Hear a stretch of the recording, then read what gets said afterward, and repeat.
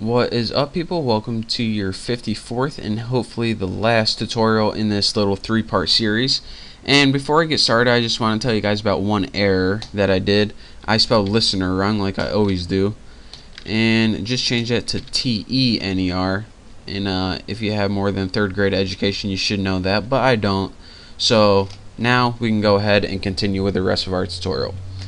So pretty much in this handling class, or the class that handles the event, what we did is we took a string variable and we set it equal to an empty string, or a string with nothing in it.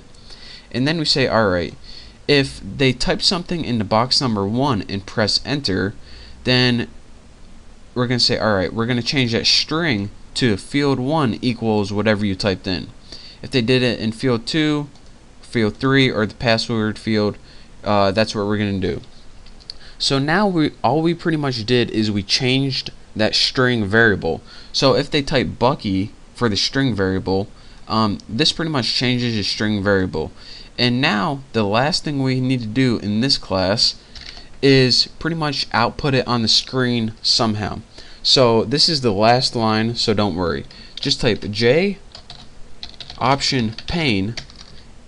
And why do we get to use this? Because we imported it up here at J option pane. And what this pretty much does is pretty much just a blank window. And what we're going to do is show message dialog. Make sure I didn't spell that wrong too. And it's going to take two parameters. The first parameter it takes is null. Don't worry about that. It has to do with positioning. And the second one it takes is your variable you want to output in that string. So now let me walk you guys through this one last time. We imported a bunch of stuff to use that's not important. The second thing we did is we pretty much built a window using JFrame, which we did in the last tutorial. You should know how we did that. Now here we get to the good stuff. What you definitely need in order to handle events is pretty much an event handling class that implements action listener, and we built that class right here. Now once we made that class, we can create objects for that class, and we created a class, or excuse me, an object named handler. So anytime that you use this object, it's going to refer to this class right here. And after we built this class and we built this object, we're going to go ahead and add that object to each one of these items. Now we gave each of these items some functionality. So before they were just sitting there, and now once you press enter on them, they actually do something. And what it does has to do with this method right here. Now inside your class that handles events, you need this method and you need to call it action performed. This is a built-in method that has to do with the action listener class. This method gets executed automatically whenever an event occurs. So the event that's occurred is enter. So whenever they press enter, what's going to happen is it's going to create an empty string. It's going to test what you're going to want to change that string to, and then it's going to output it right there. So this is all the hard stuff we did right here. So copy that and do exactly as I did. Now that we made all the hard stuff, we can go ahead and just execute it like we always do. So my main thing is called apples. You can do anything you want. The first thing we're going to need to import, and the only thing, so don't worry, import javax.swing.jframe. And this just makes sure that we can use windows in our main method right here. So now let's go ahead and start calling our object. So let's go ahead and create a new object called Bucky or whatever. And my class was named Tuna. You can name your or whatever you can name your object whatever you want, but make sure, well, you should know how to do this right now. Equals a new object from the class Tuna, and the second line we want to put is the close operation like we did before. So we're going to take that object, which is pretty much the thing we just created, that window, and set default, there we go, close operation. I was too lazy to type it all. And the argument that this is going to take, what's all this crap in my way, is JFrame dot exit underscore on underscore close. And like before, this just means that whenever we hit X, we want to exit the program. Why they don't do it automatically, I don't know, but you need to do it yourself. The next thing we're going to want to do is set the size of the window, and we do this by setting the size, and we're just going to set this to something like 350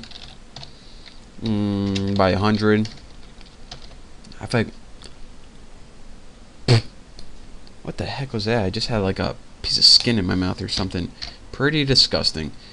By the way, I got something really disgusting to tell you next tutorial, or if I have time at the end of this tutorial. But it's a disgusting story that I heard the other day, so I'll tell you then.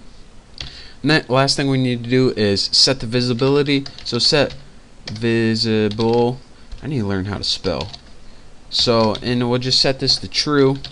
And now let me walk you guys through this one last time.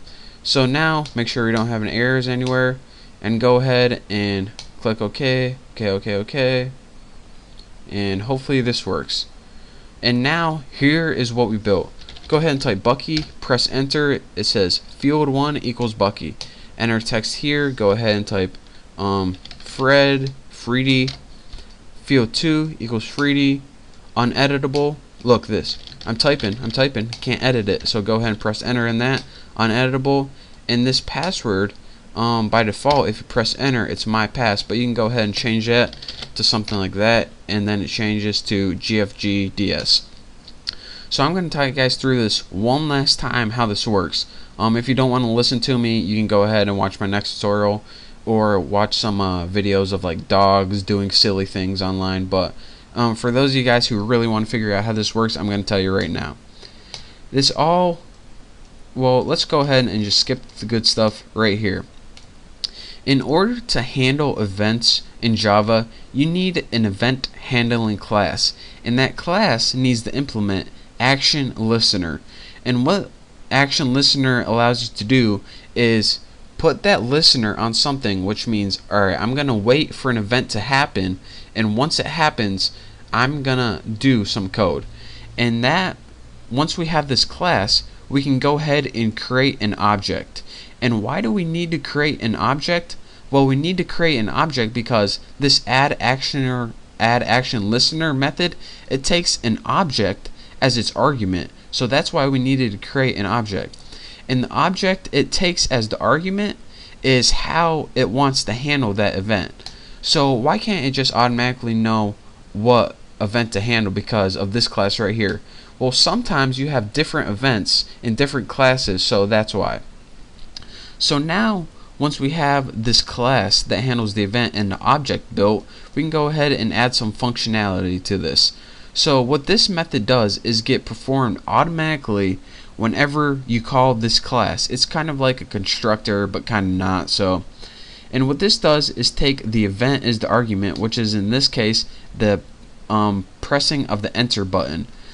What this does is says, alright, if event get source, which means where the thing occurred, equals item 1 if it occurred in text box item number 1, then what we're going to do is set the string equal to whatever was inside that text box. If it occurred in item 2, set the string that was equal to in that text box. If it occurred in number 3, set the string equal to what was in that text box. 4, same thing. And now, once we set our string variable to something, depending on what was inside that text box, we're just going to output it in the J option pane, which was that little checkbox, that little box at the end that pretty much just said Greg or Bucky or whatever I typed in there. So that is your tutorial on how to handle events. I'm sorry it was really long, but it was also really necessary. So guys, I hope you understand pretty much the basics of what I did. We'll be going over this a little later, so if you don't, you'll probably figure it out. But thank you guys for watching. Thank you for supporting my channel, and for all the awesome comments and some of the not so awesome ones. But again, I thank all of you guys, all of the people who watch my videos. So I can't wait to do the next tutorial, so I'll see you then.